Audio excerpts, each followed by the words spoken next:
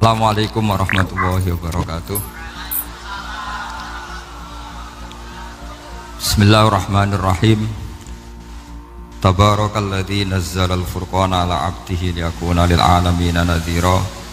Allahumma shalli wa sallim ala sayyidina Maulana Muhammadin wa ala alihi wa sahbihi asma'in, nama ba'du.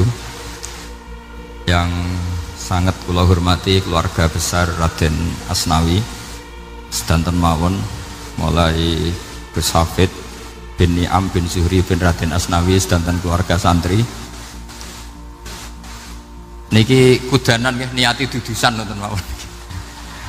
Terus riyen wonten cerita udan niku rahmat. Jadi nak sampean melayu saking udan berarti melayu saking napa? Rahmat. Terus niki terus cara berpikir niku udan niku rahmat, terus termasuk tobat sing sah niku dawuh Imam Ghazali kon adus nganggo banyu udan sing ceblok langsung, mergo nak liwat kenteng kadang kentenge iku hasil sumbangan proposal. Terus mpun sing langsung mawon, sing liwat plastik mpun mboten mandi niku. Mboten mandi niku sing niku mak usama niku. Terus dulu di antara syaratnya tobat niku dawuh Imam Ghazali niku adus udan sing perawan, maksudnya sing asli ceblok saking putih langit niku langsung sampeyan nombe. Nak tepak nggih tobat, nak mboten tepak nggih lara niku. Mergi asli.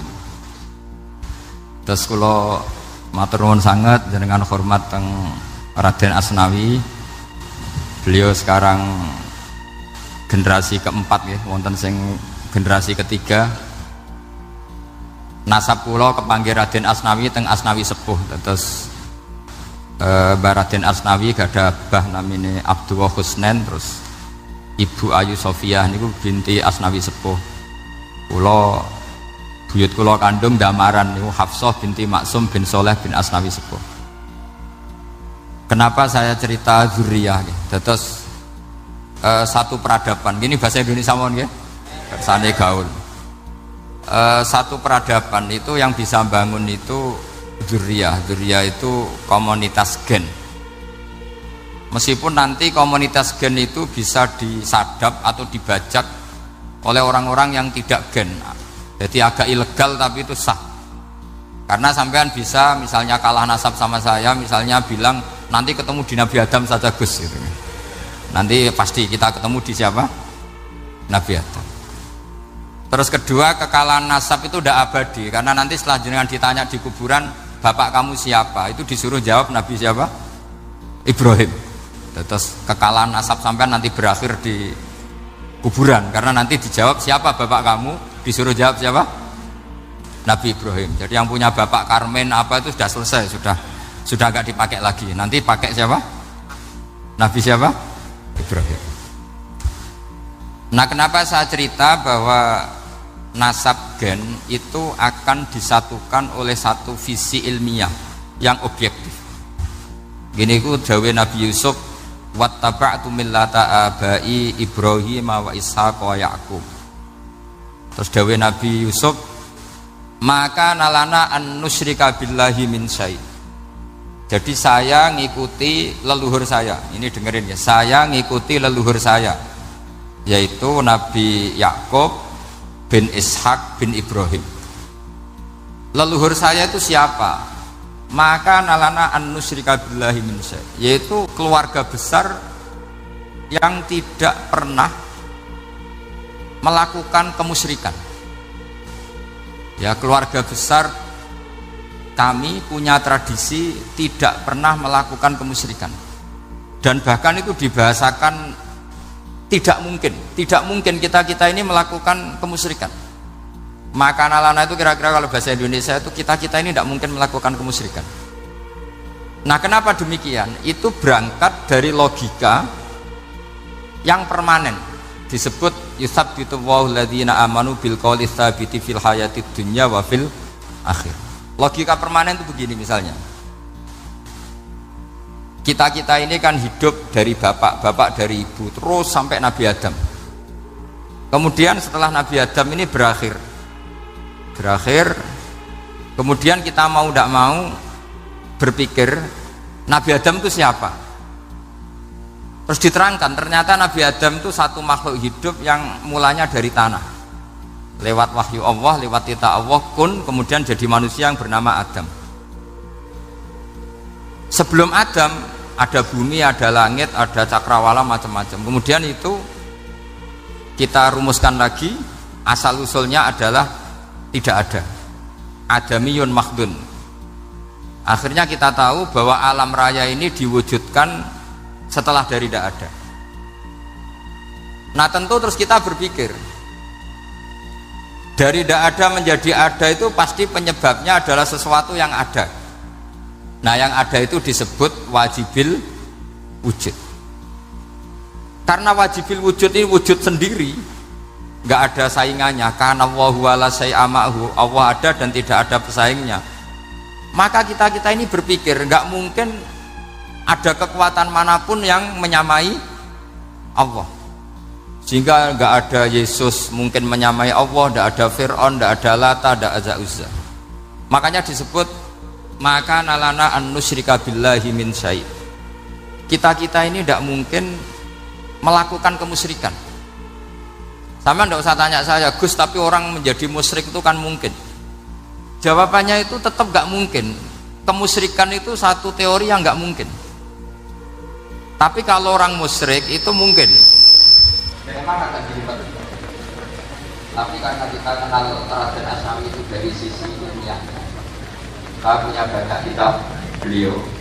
Mungkin saya termasuk pernah dulu yang membawa kitab beliau banyak ke Korea. Saya itu beli pesolatan tuh bukan 1-2 sampai 2 kerdus, 3 kerdus. Itu mulai dulu, mulai saya ngiai sampai sekarang. Tak bawa ke Sragen, ke Solo 3, termasuk tak bawa ke Korea. Jadi mungkin ya ini GR saya ngaji di sini itu barokahnya jualan pesolatan.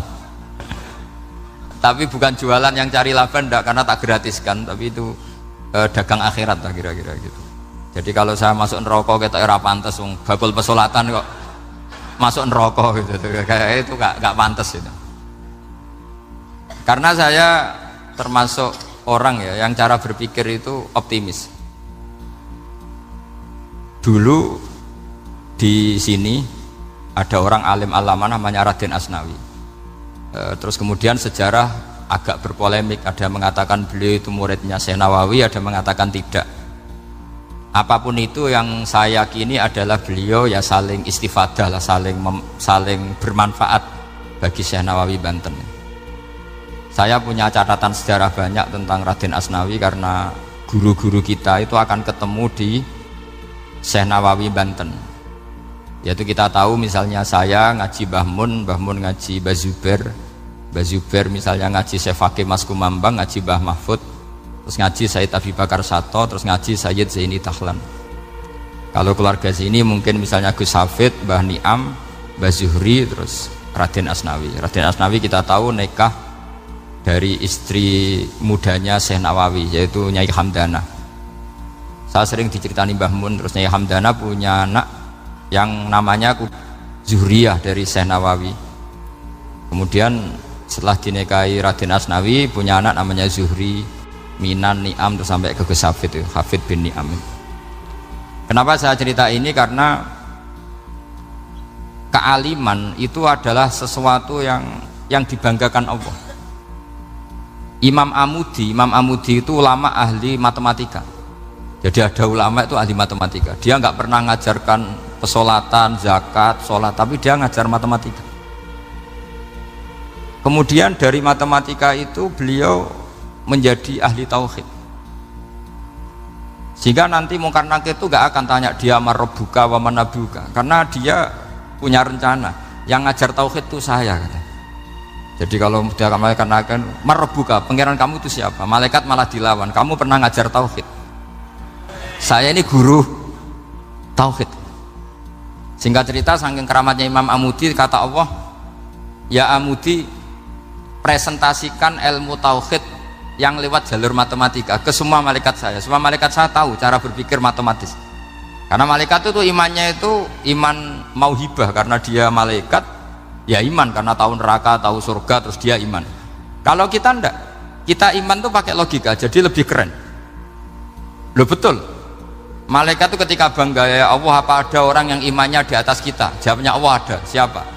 Ya orang-orang kudus, kata Allah. Kira-kira gitu. Kenapa? Ya betul. Karena kamu iman saya itu wajar, kamu tahu saya, tapi mereka nggak tahu saya tapi iman. Kenapa bisa iman ya Allah? Karena mereka punya logika, punya akal. Akhirnya Imam Amudi disuruh sama Allah presentasikan logika tauhid kamu lewat jalur matematika. Malaikat disuruh dengerin semua, isma'u ya malaikati, ini mimpinya wali. Terus Imam Amudi mulai mengajarkan nisbatul isnaini ilal wahid wa nisbatus salasa wal arba'ah ila ma la nihayatalah niku binisbatin wahidah, yaitu far'un minal asli wa huwa al wahid. Mbok angka sebanyak apapun 2, 3, 4 sampai 1 miliar itu nisbatnya ke angka 1 adalah nisbatul far'i ilal asli, semuanya berasal dari 1. Maka hadhil awalim atau hadal alam ila ma la nihayatalahu, tetap semuanya ini cabang dari 1, yaitu wujud dari 1, yaitu Allah Subhanahu wa ta'ala. Sehingga semenjak itu ditiru sekian ulama, akhirnya malaikatnya mantuk karena kepastian kalau Allah satu yang diyakini malaikat itu sepasti logika yang dibangun orang-orang manusia ini, padahal tidak ngerti Allah Subhanahu wa ta'ala karena pakai akal. Sehingga di pondok itu orang harus ngerti mantek. Orang mantek itu ilmu yang jelimet tapi menyenangkan. Biasanya sing sinau ambek rokokan, sawangannya kayak filosof. Jadi paling gak agak paham dia alasan. Yang penting nikmati rokok, tak pikir nikmati pemikirannya, ternyata nikmati rokok. Kayak kemarin saya datang ke resepsinya Gus Agil, saya itu tertawa terus karena dengerin Habib Mutahar. Saya membaca bahayanya rokok, setelah tahu bahayanya saya berhenti membaca. Tak pikir itu kan setelah tahu bahayanya saya berhenti merokok, ternyata enggak, saya baca bahayanya apa? Merokok. Setelah saya baca maka saya berhenti membaca gitu, bukan berhenti merokok. Itu ilmu kelas tinggi seperti itu harus mantap. Pernah beliau ditegur dokter, Beb kalau rokok terus nanti mati. Tenang saja, saya masih bawa korek. Dikira itu kan orangnya yang mati, ternyata beliau enteng saja, santai aja dok, saya masih bawa korek. Jadi saya bukan nyarankan santai rokok, tapi orang rokok itu memang punya logikanya sendiri. Kalau Banafek Hajen itu masih pernah bahasa juga, karena Banafek juga turunan Mbah Mutamakin. Hak rokok itu haram tau ora? Nak cara kula darani haram sebuti bah. Lah iya, nak haram ya bener aku. Mulane tak obong, barang haram apike diobong.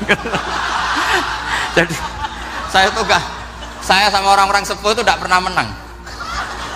Jadi apa ya? Mereka itu orang yang sudah lama, gimana ya, mau dikatakan bulat itu ya, tapi memang nggak pernah kalah mereka. Ada satu kiai masih misananya Banafek, ini rokok 2 katanya. Bagi yang nggak ngerokok berarti membiarkan 2 haram masih. Bagi yang merokok berarti mengurangi haram. Kalah lagi ya. Jadi saya tuh pernah dibully 2 mbah saya, karena 2 mbah saya ini rokok semua. Akhirnya saya sing nom ngalah gitu, karena saya tidak mungkin bilang sing waras ngalah karena kalah sepuh gitu. Jadi ya sudah, mau tidak mau harus bilang sing nom kalah. Tapi yang penting itu kita mendengar. Jadi ternyata sepinter-pinternya kita itu mesti kalah pinter sama yang sepuh-sepuh itu. Jadi kalau tahu bahayanya rokok lewat membaca ya harus berhenti merokok. Berhenti membaca katanya. Nah malaikat ini cerita lagi malaikat. Saya memang dari awal niat hormat Raden Asnawi karena buyut-buyut beliau itu ketemu di buyut saya. Saya ini turunan Mbak Asnawi sepuh. Terus cuma buyut saya itu nikah Lasem, terus saya keceluk cucunya keluarga Lasem. Sebenarnya saya juga cucu Kudus. Tapi terus alhamdulillah sekarang kembali karena buyut saya menyuruh saya ngajar di Damaran, terus sampai sekarang saya ngajar di Damaran. Tapi buyut saya itu masih lahir di Damaran. Namanya Mbak Hafsah, itu Hamsah binti Maksum bin Soleh bin Asnawi sepuh. Sama seperti nasab di sini Raden Asnawi, Mbak Abdul Husnan, terus Nyai Ayu Sofiyah, terus Mbak Raden Asnawi. Saya mau cerita, jadi ilmu itu lebih keren kita. Sehingga Rasulullah SAW pernah ngendikan, saya ini rindu sekali li ikhwani, kata Nabi itu ikhwani. Kata sahabat bilang, alasna ikhwanaka ya Rasulullah, bukankah kita ini saudara kamu, saudara engkau ya Rasulullah? Tidak, antum ashabi, kamu itu sahabat saya. Siapa teman-teman kamu itu ya Rasulullah? Yaitu kaumun yang tidak melihat saya kemudian iman kepada saya. Jadi mereka seperti kita semua di Kudus ini tidak melihat Rasulullah SAW, tapi iman sama Nabi.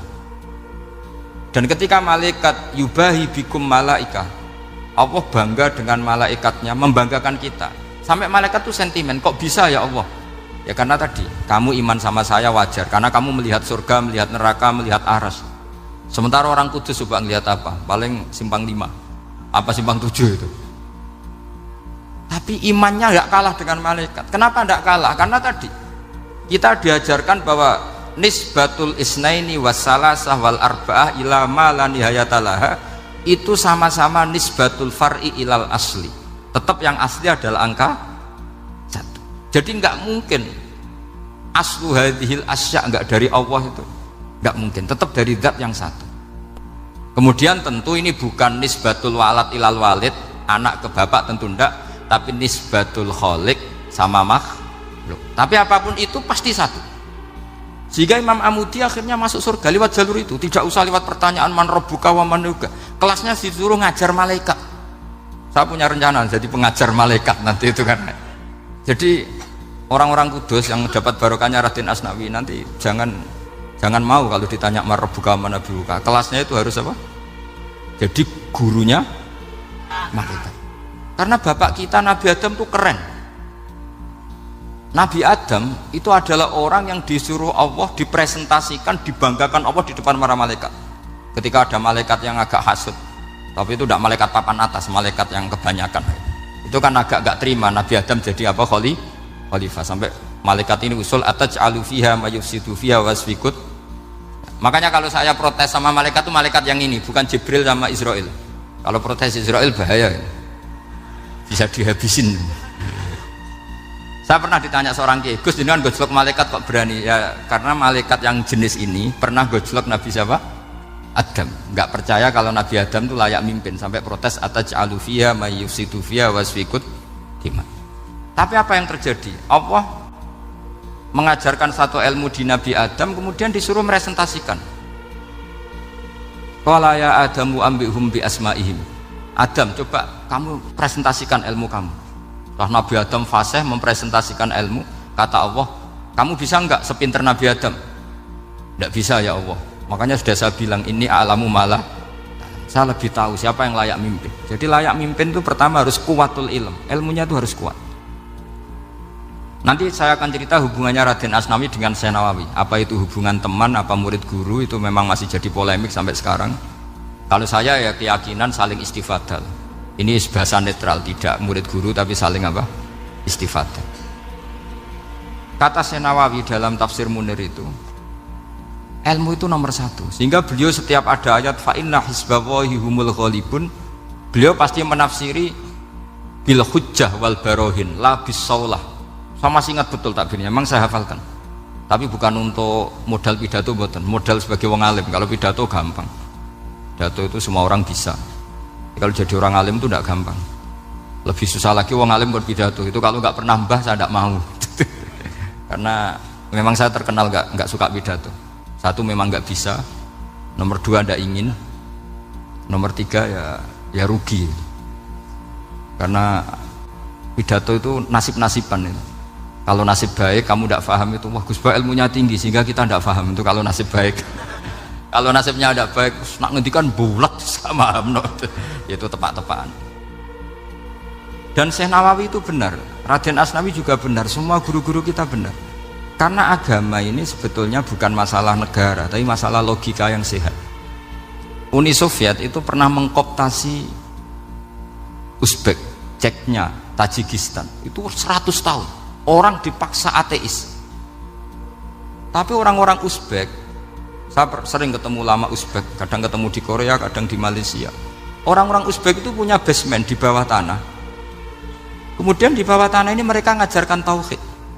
Ngajarkannya ya gampang. Misalnya ini sesuatu yang ada, iya ini. Ini ada penciptanya enggak? Ya ada. Siapa? Tukang katanya. Yang penting itu enggak ada logika bahwa sesuatu yang ada disebabkan oleh ketiadaan.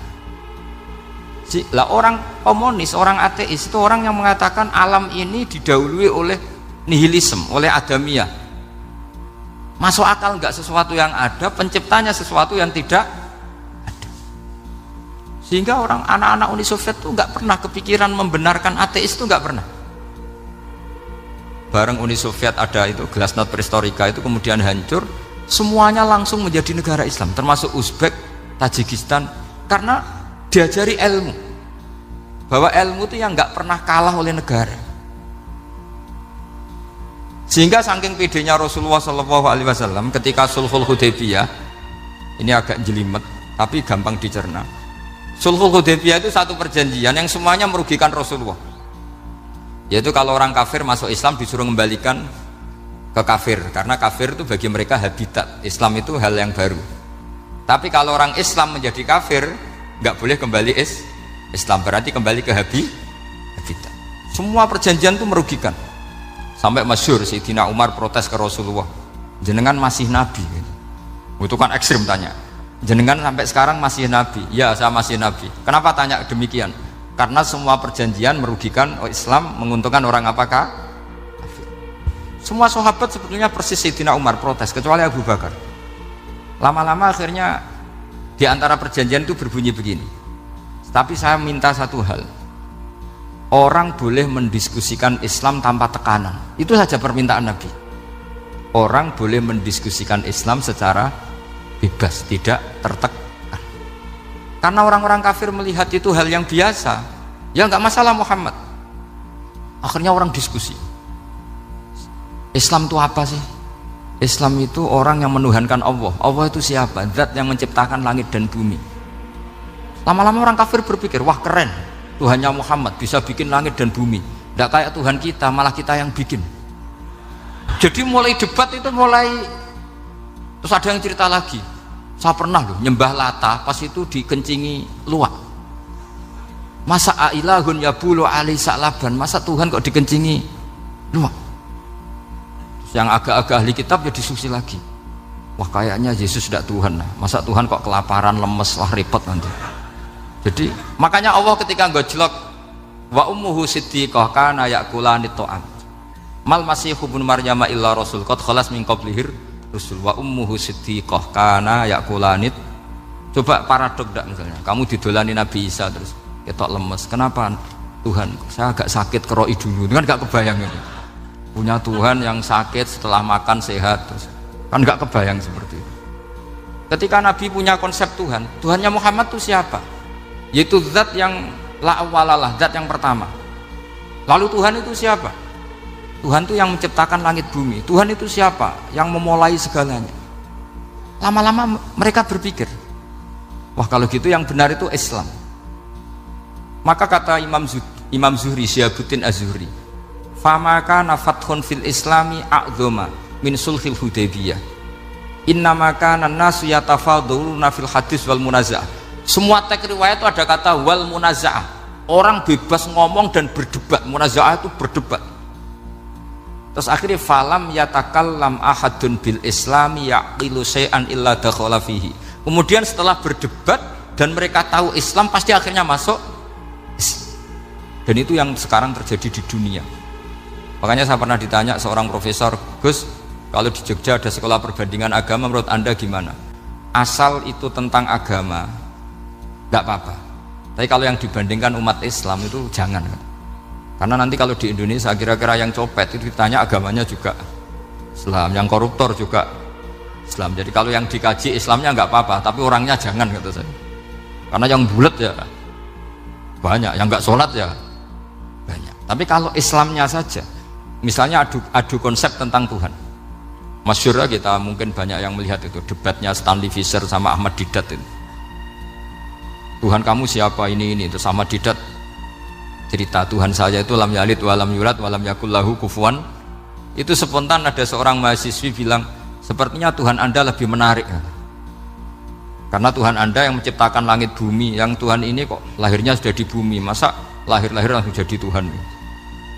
Jadi akhirnya falam yatakallam ahadun bil Islam yaqilu syai'an illa dakhala fihi. Sehingga agama ini apa? Agama itu adalah kalimat tauhid. Kalimat itu apa? Logika yang terbangun. Nah, ketika logika itu terbangun, maka disebut yusabbitu Allahu alladzina amanu bil qaulis tsabit fil hayatid dunya wa fil akhirah. Allah itu akan menetapkan satu kaul, satu presentasi ilmiah atau satu kesimpulan ilmiah yang kesimpulan itu nyata benarnya, dan ini akan nyata terus baik di kehidupan dunia maupun kehidupan apa? Akhir. Seperti Allah sebagai Tuhan itu akan nyata terus di dunia Allah ya Tuhan, nanti di akhirat juga Tuhan. Tapi Tuhan selain Allah, maka menjadi Tuhan ini nunggu ada yang menuhankan. Misalnya Fir'aun itu jadi Tuhan karena ada yang menuhankan. Sekali dia mati, dia sudah aset wisata, bukan Tuhan lagi. Makanya gejolokannya orang ulama Arab kalau ketemu ulama Mesir, kalau gejolokan itu lucu. Orang Arab ada Abu Jahal, Abu Lahab, penggaweane musir Nabi gitu. Itu gejolokannya ulama Mesir. Kata ulama Arab, kamu gayanya benci Fir'aun, tapi rizki kamu dari wisata melihat Fir'aun. Itu gejolokannya ulama Arab sama ulama Mesir. Sehingga agama ini mengajarkan apa? Satu kalimat. Makanya kamu harus belajar mantek. Dulu Raden Asnawi ya pengajar mantek. Dulu buyut saya di sini Mbah Fauzan, abahnya Mbah Pah itu, mbahnya itu juga pengajar mantek. Karena di antara yang diceritakan Allah itu wa ja'alaha kalimatam baqiyatan fi aqibih. Tugas utama Nabi Ibrahim adalah menjadikan satu logika. Kalimah itu logika. Itu menjadi logika yang abadi, baqiyah itu abadi. Fi aqibih, di anak turunnya Nabi Ibrahim. Misalnya begini, saya beri contoh ya. Misalnya saya mengatakan teh ini hitam, itu menjadi kalimah karena diucapkan, tapi tidak menunjuk hakikat karena tehnya berwarna apa? Kuning. Sehingga Quran kalau menyalahkan orang kafir itu ngendikannya kaburas kalimatan takhruju min afwahihim. Omongannya orang kafir itu menjadi kalimat karena diucapkan dari mulutnya. Kenapa menjadi kalimat? Karena diucapkan tapi tidak menunjuk hakikat.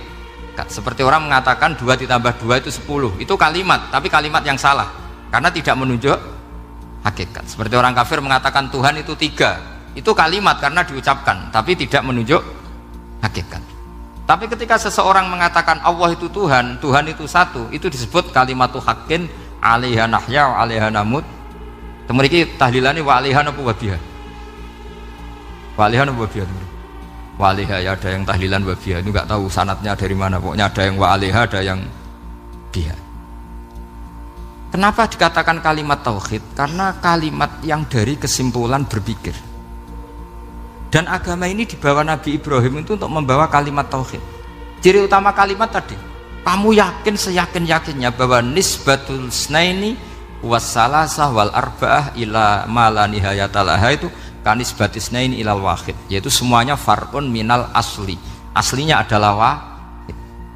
Sehingga di kitab, saya pernah ngaji Mbah Mun, namanya kitab Al-Husunul Hamidiyah, itu dikarang oleh ulama-ulama sekarang, itu diajarkan di MGS, ini mbah-mbahnya Gus Akil pendirinya madrasah MGS, itu ada gambarnya di situ. Di situ ada gambar piramida, ada gambar hewan, ada gambar pohon.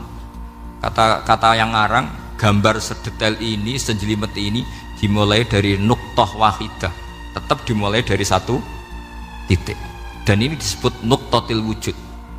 Jadi mbok orang kudus sebanyak ini tetap dimulai dari satu orang, yaitu Adam. Adam dimulai dari ketiadaan. Lalu siapa al-mujid? Pewujudnya siapa? Hanya Allah Subhanahu wa ta'ala. Sehingga ulama-ulama termasuk Syekh Nawawi itu paling suka ngendikan semua makna Quran dikumpulkan di Fatihah, Fatihah dikumpulkan di Bismillah, Bismillah dikumpulkan di ba, karena di ba itu ada titik nuqtatil wujud, yaitu disingkat bi kana makana wa bi yakunu ma yakun. Karena saya, kata Allah, semuanya akan ada, dan karena saya yang enggak ada, semuanya suatu saat ada. Disebut nuqtatil wujud. Nah, kita meyakini kalau Allah satu itu seyakin-yakinnya, karena enggak mungkin angka enggak dimulai dari angka satu. Begitu juga gambar seapapun julumete. Misalnya sampean gambar zaman saya kecil, gambar paling favorit itu apa? Kambing bertarung. Itu gambarnya kan susah. Daripada gambar kambing bertarung susah terus dibikin kotak saja, tembok. Kalau tanya gurunya, gambarnya mana? Di belakang tembok Bu. Ini itu dulu saya diwarai anak-anak nakal ya. Jadi semua satu gambar itu disuruh gambar harimau, yang satu disuruh gambar kambing bentrok, yang satu disuruh gambar matahari, semuanya kotak semua. Ini itu Bu, gambarnya di belakang apa? Tembok. Maka nggak kelihatan kata dia. Jadi gurunya kalah cerdas. Yang guru itu sebenarnya nggak pernah menang, karena murid itu lebih pinter. Itu teman saya dulu kalau ngaji itu kalau tes itu ngerpek baca, gurunya marah, kamu tes kok baca? Enggak ngerpek Bu, ini belajar di kelas. Katanya belajar kapan saja di mana saja. Ajo. Jadi apa ya, orang itu kadang yang salah itu lebih masuk akal kadang-kadang itu. Saya teruskan ya supaya ini dapat barokahnya Raden apa? Asnawi. Saya mohon sekali ya, kalimat hakin itu harus kamu jaga. Caranya jaga ya tadi. Kalau kamu tidak bisa ilmu mantek, misalnya al-alam mutaghayyir wa kullu mutaghayyir hadis la budda min muhdits, itu kan jelimetan. Pakai saja teori umum bahwa gambar apapun jelimetnya itu dimulai dari satu titik. Karena nggak bisa, nggak dimulai dari satu titik tidak bisa. Maka alam apapun jumlahnya nggak terhingga tetap dimulai dari al-wahidul qahar, yaitu satu titik. Yaitu dalam konteks tauhid tentu itu Allah Subhanahu wa ta'ala. Sehingga Nabi Ibrahim itu orang paling sukses bikin waja'alaha kalimatam baqiyatan fi aqibi. Terus Nabi Muhammad begitu, sahabat gitu, sampai kita sekarang diajari ilmu mantek. Ilmu mantek itu logika yang nggak terbantahkan. Karena mau tidak mau. Kata Imam Syafi'i, fa innal uqula muttarratun ila qabulil haq, karena akal akan dipaksa menerima kebenaran. Dan itu yang terjadi di Uni Soviet. Dikooptasi 100 tahun untuk berfaham ateis, dilawan oleh ilmu, tetap menanamkan ilmu tauhid, ilmu mantek. Ketika Uni Soviet secara politik runtuh, semuanya menjadi muslim, termasuk negara-negara yang dulu dikooptasi. Maka kamu tidak usah kecil hati di Indonesia, apapun rusaknya negara ini, asal kita cara bertauhid benar, insya Allah tetap meninggal husnul khotimah. Karena sudah janjinya Allah, yusabbitu walladzina amanu bil qaulits tsabit. Sing jelas itu nomor satu tuh al qaulits tsabit. Memang itu logika yang masuk akal. Jadi jangan kira semua orang ditanya marabbuka, enggak. Banyak ulama yang enggak ditanya. Masyhur itu dalam cerita keramat-keramat. Ada guru tauhid ngajarin tauhid. Setelah ditanya mungkar nakir, Imam Malik datang.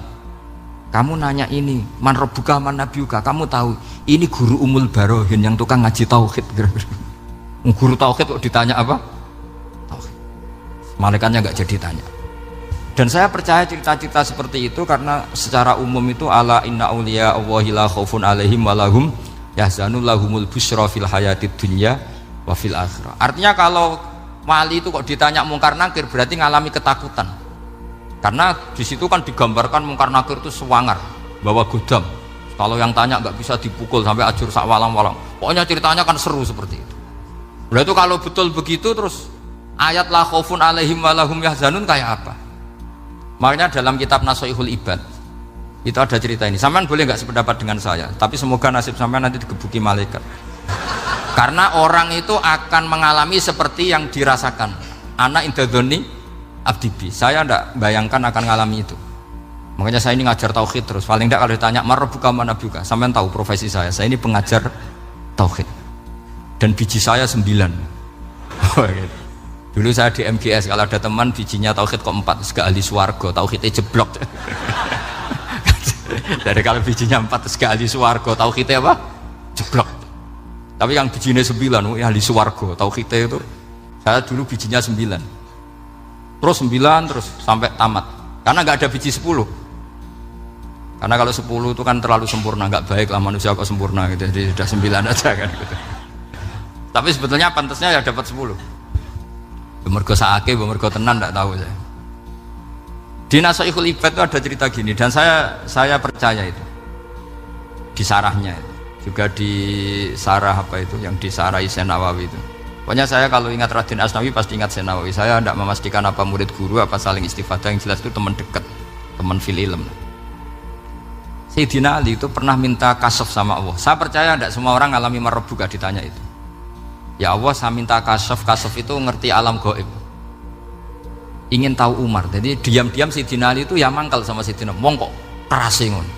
Angger wong kok tahu disentak, jajal wani nyentak malaikat ora, itu kata Sayyidina.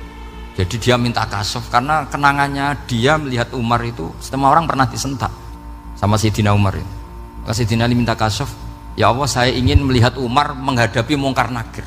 Masih garangkah apa enggak? Itu dah itu minta kasuf. Pas kasuf beliau bangun dari kubur, duduk, dilihat sama Sayyidina Ali ini ngalami kasuf. Sama ndak usah tanya, ndak wali kok tanya, ya sudah pokoknya percaya aja. Akhirnya malaikat Mungkar Nakir datang. Itu di situ digambarkan matanya itu kalkidril mughalla, kayak apa itu panci yang dibakar. Wah, seru. Semua nang Sayyidina Ali. Baru ini kamu akan takut gitu. Tapi ternyata enggak. Umar bangkit disewentak orang tua itu. Kamu tahu menghadapi siapa? Yang sopan. Oh, ada sontak. Kewaget malaikatnya itu karena enggak pernah ngalami disentak. Mungkin itu pertama. Kewaget. Memangnya kamu siapa? Saya ini teman kekasih Tuhanmu. Saya yang diandalkan temannya sebenarnya bukan dia. Ana sohibu habibillah. Saya ini temannya kekasihnya Allah. Jadi dia ngandalkan temannya sebetulnya, bukan ngandalkan dirinya. Oh kamu temannya Nabi Muhammad? Iya saya Umar temannya Nabi Muhammad. Kamu harus hormat sama temannya kekasih Allah. Wah terus semula itu. Akhirnya matur Allah. Ya Allah, apakah prosedur seperti ini bisa dinego? Terus sama Allah. Oh iya katanya. Kamu kalau menghadapi kekasih saya ya jangan seperti itu katanya. Semenjak itu beliau sopan santun, dua Mungkar Nakir itu. Jadi ini berita gembira. Jadi sebetulnya itu enggak. Tapi kita ini kan enggak punya nyali nyentak Mungkar Nakir. Semoga dengan gelar kita doktor tafsir, doktor tauhid gitu. Atau paling enggak guru kutsiyah tauhid gitu. Atau siswa terbaik dalam materi tauhid. Itu harus kamu bawa status. Jadi sehingga nanti ini saya ranking 1 tauhid, masa masih ditanya marbuka waman nabiuka. Dan itu menurut saya sah. Sampean enggak usah protes takbirin di, susah usah takbiran. Pokoknya takbirnya adalah wali-wali itu la khaufun alaihim walahum yahzanun. Mereka tidak akan mengalami ketakutan baik kehidupan dunia maupun kehidupan akhirat. Bahkan para malaikat itu mengatakan ke wali-wali nahnu awliyaukum fil hayatid dunya wa fil akhirah. Kita ini teman kamu, saudara kamu, mitra kamu. Masa mitra kok nutui itu kan enggak fair. Dan menurut saya paling efektif itu apa? Kamu harus punya rumus tauhid kayak Imam Amudi menemukan Tuhan. Imam Amudi itu menemukan Allah itu lewat ilmu matematika. Dan itu Allah saking senengnya disuruh ngajari para malaikat. Wa ya malaikati isma'u. Kamu harus mendengar, ini orang alim saya yang ahli matematika. Tapi justru itu ngerti bahwa asal usul alam itu minal wahidil qahar. Dari zat yang satu. Akhirnya Imam Amudi mulai ngajar tuh. Nisbatus naini wassalah sawal arba'ah ila mana nihayatalaha iku kabeh iku far'ul wahid. Akhirnya malaikat mantuk-mantuk. Nah, iman seperti itu akan setingkat keyakinannya dan keakurasiannya sama dengan imannya para malaikat. Makanya Nabi ngendikan tubaliman amanabi walam yaroni. Sebagian riwayat disebut sab amarot. Nabi ngendikan sampai 7 kali. Benar-benar keren orang yang tidak melihat saya kemudian iman kepada apa yang bisa menemukan itu? Hanya akal. Misalnya contoh paling gampang ya yang dialami para ulama. Ya saya ulang lagi yang dialami para ulama. Ketika menemukan ilmu ya yang menjadikan mereka mahabbah Rasulullah sallallahu alaihi wasallam. Nabi itu paling suka itu sholat. Nabi itu paling senang sama sholat. Wa qurratu aini fi sholat. Terus beliau ngendikan as-sholatu imaduddin. Terus beliau kalau muji sholat itu sundul langit. Sampai beliau kalau banyak masalah itu bilang ke Bilal, arifna ya Bilal, saya kasih istirahat. Itu maknanya mau sholat. Semuanya sholat. Pertanyaannya adalah, apakah mungkin seorang raja yang ambisi jadi raja, kemudian yang dikampanyakan adalah orang supaya sholat? Tentu kalau Nabi seorang raja, beliau akan kampanye gimana? Narik upeti kayak apa, narik pajak kayak apa, biar Nabi kaya. Enggak. Nabi itu paling tersiksa kalau orang tidak sholat, tersiksa kalau orang tidak sujud. Loh, kalau beliau seorang raja, ngapain mengpopulerkan sholat? Maka makna sholat imaduddin adalah sholat itu tiang agama. Maknanya tiang agama, kamu akan tahu betul kalau dia seorang nabi. Karena apa? Yang diajarkan adalah sholat. Loh coba untungnya apa bagi Nabi Muhammad ketika umat Islam sholat? Kan tidak ada untungnya sama sekali. Justru itu kelihatan kalau dakwah beliau itu dakwatul haq, mengajak kebenaran. Loh wong kok kampanyane kon sholat, mestinya nak kepengen sugih kan kon bayar pajak, upeti. Tapi enggak, Nabi itu ngajarkan apa? Orang supaya sholat. Dan ini diimplementasikan sama Raden Asnawi, beliau ngarang pesolatan. Orang sealim itu yang dikarang pesolatan. Makanya saya tuh kagum. Saya saksinya banyak, tanya murid-murid saya kalau beli pesolatan sak kerdus, saya kirim ke Korea, terus ke pedalaman-pedalaman. Karena saya butuh pesolatan, bahwa orientasi kita itu sholat. Sehingga wali-wali itu dulu, saya berkali-kali cerita kalau ngaji, wali-wali dulu itu kalau ditawarin Allah masuk surga itu tanyanya satu, ya Allah di surga ada sholat enggak? Kalau enggak ada saya enggak mau. Kalau sampean pasti enggak tanya gitu, pasti itu sudah ada. Sampean malah gini, enak bus warga ora usah sholat mesti gitu. Sudah, jadi sudah lama sekali nganggap sholat itu problem. Dan itu berat masuk surga kalau begitu terus, itu berat. Itu pertanyaannya gitu. Karena alam rohani kita, saya ulang lagi, alam rohani kita itu tidak kebayang kalau kita hanya nyuwun sewu nikmati secara seksual, secara biologis. Makanya ada ulama ditanya, kenapa sholat itu lebih indah ketimbang nikmatal wiqo misalnya, nikmatnya hubungan biologis. Jawabnya ulama itu gini, lucu, jawabannya sederhana. Nikmatnya kamu punya anak itu apa? Jawabnya ulama itu lucu. Kalau sakit dia sembuh, kalau hilang dia datang. Saya ulang lagi ya, kalau sakit dia sembuh, kalau hilang dia datang. Sekarang orang tua yang punya anak sakit koma di UGD atau di emergency, itu senangnya tuh mengalahkan kesenangan apa saja. Kira-kira orang yang berhubungan intim atau yang hubungan biologis dengan orang yang sedang anaknya sembuh dari koma, senangnya senang mana? Senang yang melihat anaknya sembuh dari koma. Senikmat apapun hubungan biologis, seneng anaknya yang hilang ketemu. Nah, kalau anak ketemu saja orang seseneng itu, apalagi kita di surga, ketemu zat yang lama kita sembah, yang lama kita rindukan, yang lama kita rindu, kemudian ketemu di surga, maka tidak ada artinya surga tanpa melihat Allah Subhanahu wa Ta'ala. Memang harus dijelaskan secara rohani. Akhirnya orang ngerti bahwa nikmat tertinggi di surga adalah melihat Allah Subhanahu wa Ta'ala. Karena kalau anak-anak muda mungkin protes, ya enggak, ya enak kumpul sama widadari gini-gini. Wah itu kan yang trauma bojone jelek gitu. Wah itu yang bojone jelek mesti kesusu masuk surga karena itu sudah jelek, cerewet, nggak mati-mati kan gitu. Terus dia ingin masuk surga mesti niate welek, mesti pikiran pertama itu kumpul widadari. Tapi ada ulama yang bikin analogi tadi, misalnya istri kamu cantik, kemudian anak kamu sakit, koma. Hubungan dengan istri sama dengar berita anak kamu sembuh, seneng mana? Seneng anak sembuh. Sama anak yang hilang, seneng mana? Anak yang hilang ketemu. Maka terus ulama bisa menjelaskan itu. Kalau orang ketemu anaknya seseneng itu, apalagi ini ketemu Tuhannya yang bertahun-tahun disembah, kemudian tidak pernah melihat. Di surga itu nanti kita melihat Allah Subhanahu. Makanya Allah begitu bangganya mempromosikan surga. Surga itu apa?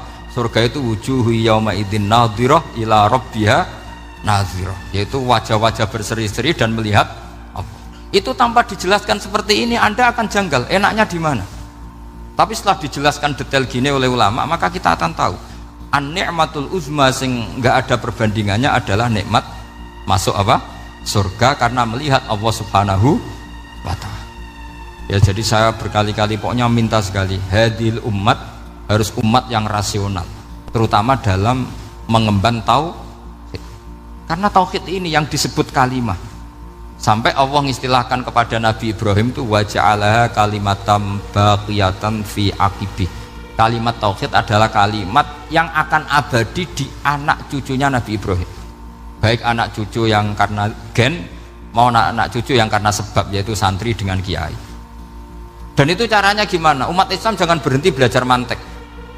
Makanya di MGS, di Qudsiyah, di TBS semua pondok pasti ngajarkan mantek, di Bendan, ilmu logika.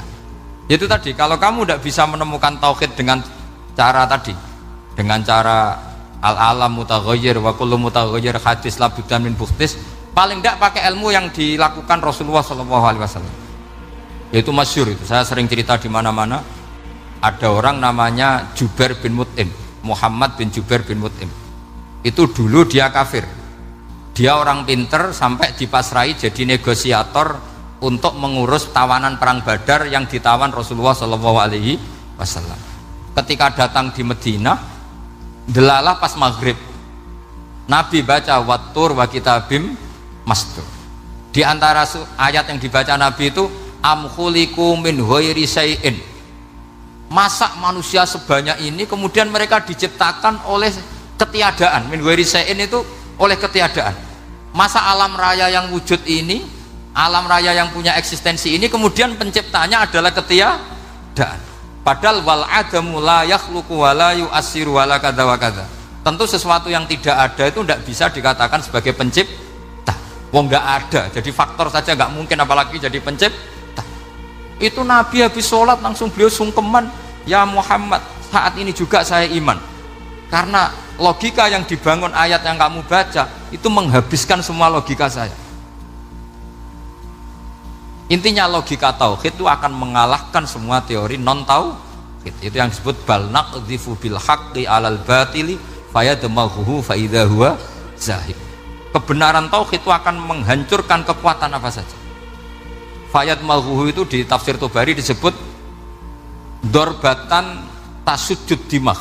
Satu pukulan sing sampai menjadikan otak itu hancur. Lainnya disebut damagho, dimah itu maknanya otak.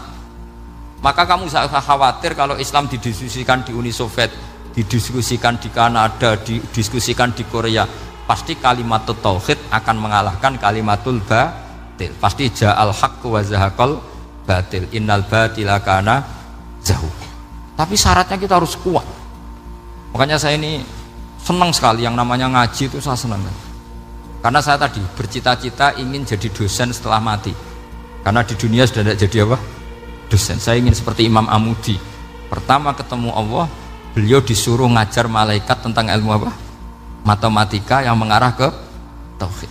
Jadi diajarkan, kamu tahu angka 2, angka 3, angka 4, semuanya bersumber dari angka 1. Berarti semuanya berawal dari 1. Gak tahu setelah itu malaikatnya dites lagi apa enggak, tahu. Pokoknya pas itu malaikat ya paham semua. Oke. Kayak apa hebatnya umat Rasulullah Shallallahu Alaihi Wasallam? Karena akalnya kuat. Sehingga kita harus kuat. Sehingga kalimat yang benar disebut kalimatu haqqin 'alaiha nahya wa 'alaiha. Nah, kalimat yang salah disebut kaburat kalimatan takhruju min afwahim. Kalimat menjadi kalimat karena diucapkan, tapi tidak menunjuk hakikat. Kayak ini misalnya, ini tutup, ini putih, terus saya katakan hitam, berarti saya mengatakan ini hitam sebagai kata-kata karena diucapkan, tapi tidak pernah menjadi hakikat karena hakikatnya ini putih. Itu hebatnya Quran. Makanya Quran kalau gue jelek orang kafir itu, gue jelek orang kafir itu sebut apa? Kaburat kalimatan takhruju min afwahim. Tapi untuk kalimat tauhid dikatakan apa? Yusabbitu walladzina amanu bil qaulif tsabit fil hayatid dunya wa fil akhirah. Sebagian disebutkan wa ja'alaha kalimatam baqiyah. Kenapa kalimat tauhid itu kalimat yang abadi? Karena Allah sebagai Tuhan di dunia juga sebagai Tuhan di akhirat, dan selalu Tuhan pada masa yang tidak terbatas. Itu disebut wa ja'alaha kalimatam baqiyah. Kemudian umatnya Nabi mengganti kalimat yang gampang. Allah punya sifat baqo, punya sifat akhir. Maksudnya akhir itu la akhirah. Terus semuanya yang paham ya alhamdulillah, yang enggak paham dikon ngapal wujud kidam baqo mukhalafatul hawadisi qiyamuhu binafsi wahdaniyat kudrat irada. Wes paham. Lah kok sing rada alim terus roh bedane iki sifat ma'ani iki maknawiyah. Cara Mu'tazilah ngene, cara ahli sunnah ngene. Wah itu sudah kejlimetan bocah. Sementing pokok wujud hitam. Nah, kenapa pertama yang disebut wujud? Karena yang membedakan kita dengan paham ateisme itu ya sifat wujud. Yaitu mereka mengatakan alam raya ini dimulai dari ketiadaan. Wah itu akal mana saja itu nggak bisa nerima, masa ketiadaan menciptakan sesuatu yang ada. Maka kata Ibnu Hajar al-Asqalani ketika mentafsirkan mensarai hadis, salasun mangkunna fihi wajata halawatal iman. 3 hal ini kalau kamu faham maka menemukan manisnya iman. Manis itu enak. Terus kata Ibnu Hajar Al-Asqalani, saya masih ingat betul dalam sarahnya Fathul Bari, wa yusamma inda ahlil aql, misalnya al-iltizat al-aqli. Agama ini mengajarkan kenyamanan cara berpikir. Coba kalau sampean seorang doktor atau seorang profesor atau seorang pinter, kemudian kamu dipaksa mengimani bahwa alam ini diciptakan oleh ketiadaan, itu bisa tidur gak? Oh, tidak bisa tidur. Sampean misalnya orang pinter, dididik di kampus atau dididik di pondok, alam ini yang wujud, yang menciptakan itu sesuatu yang tidak wujud, kamu bisa tidur gak kira-kira? Ini guru apa? Ini sarap ini. Mosok hadil maujudat khalaqahal adam, sesuatu yang wujud diciptakan ketiadaan. Tapi agama ini membawa sesuatu yang menyenangkan untuk akal, yaitu hadhil maujudat khalaqaha wajibul wujud. Maujudat yang wujud ini diciptakan super maujud, yaitu oleh bahasa pondok disebut wajibul wujud. Kan terus seneng, wajar dong kalau sesuatu yang ada diciptakan oleh yang ada. Nah tentu ada pencipta, terus ada super, disebut wajibul wujud. Kan terus enak. Nah, itu kata Ibnu Hajar Al-Asqalani disebut wajadah halawatal iman. Sehingga kita tidak usah khawatir. Makanya saya itu termasuk orang yang nggak khawatir. Apapun rusaknya dunia ini, kacaunya dunia ini, akan kalah dengan kalimatut tauhid. Karena kalimat ini ketemu apa saja pasti menghancurkan. Yaitu disebut bal naqdhifu bil haqqi 'alal batil fayadmaghuhu fa idza huwa zahid. Kalimat hak ini akan menabrak apa saja, dan yang ditabrak pasti hancur. Makanya sampai tidak usah khawatir misalnya ada negara ateis di Cina, di Korea, kita yakin asal yang diteliti itu agama Islam pasti menang. Nah yang susah kalau yang diteliti orang Islam, itu susah karena yang copet kadang-kadang ya umat, apalagi di negara yang mayoritas muslim, nanti copetnya, premannya, koruptornya semuanya beragama Islam. Makanya kita hanya punya pilihan dua, itu umat Islam dan Islam yang kumat itu dok. Kalau tidak umat Islam ya Islam yang kumat. Tapi kalau kalimat tauhid itu kalimat yang aman, tak jamin 100%. Sehingga saya itu kalau ditanya profesor, Pak Bah, kalau suatu saat Indonesia jadi negara yang sangat terbuka, kemudian ada sekolah perbandingan agama, menurut Anda prospek Islam gimana? Saya jawab, asal yang dikaji Islamnya bukan orangnya, pasti Islam tetap prospek. Asal yang dikaji apa? Islamnya, bukan orangnya. Kalau orangnya ya Masya Allah, itu tadi, kalau tidak umat Islam ya Islam yang umat. Ya ngoten mawon, supaya ini mungkin untuk barokah napa Raden Asnawi, untuk barokah ngaji kalimat tauhid. Terus sampean kudanan nih kula mboten sakake, tak anggap untuk rahmat ngoten mawon ya. Terus karena tadi di antara syaratnya tobat kata Imam Ghazali itu pernah kena air hujan langsung turun dari langit. Ya itu jelas itu di Ikhya itu, karena ahalul halal adalah alma an-nazil minas sama. Halalnya barang paling halal adalah air yang pertama turun dari langit. Tapi kalau yang sudah lewat pecinya sampean itu masalah itu. Kadang pecinya kan mek temane gasap macam-macam itu. Atau beli lewat nyentak orang tua, ya masalah lah. Tapi ya lebih baik yang pakai peci timbang yang enggak, lebih sopan gitu kan. Tapi yang enggak pakai peci ya enggak apa-apa, karena langsung kena apa? Hujan. Jadi pokoknya yang ingat-ingat ya, yusabbitu Allahu alladziina aamanu bil qawli tsabit. Assalamualaikum warahmatullahi wabarakatuh.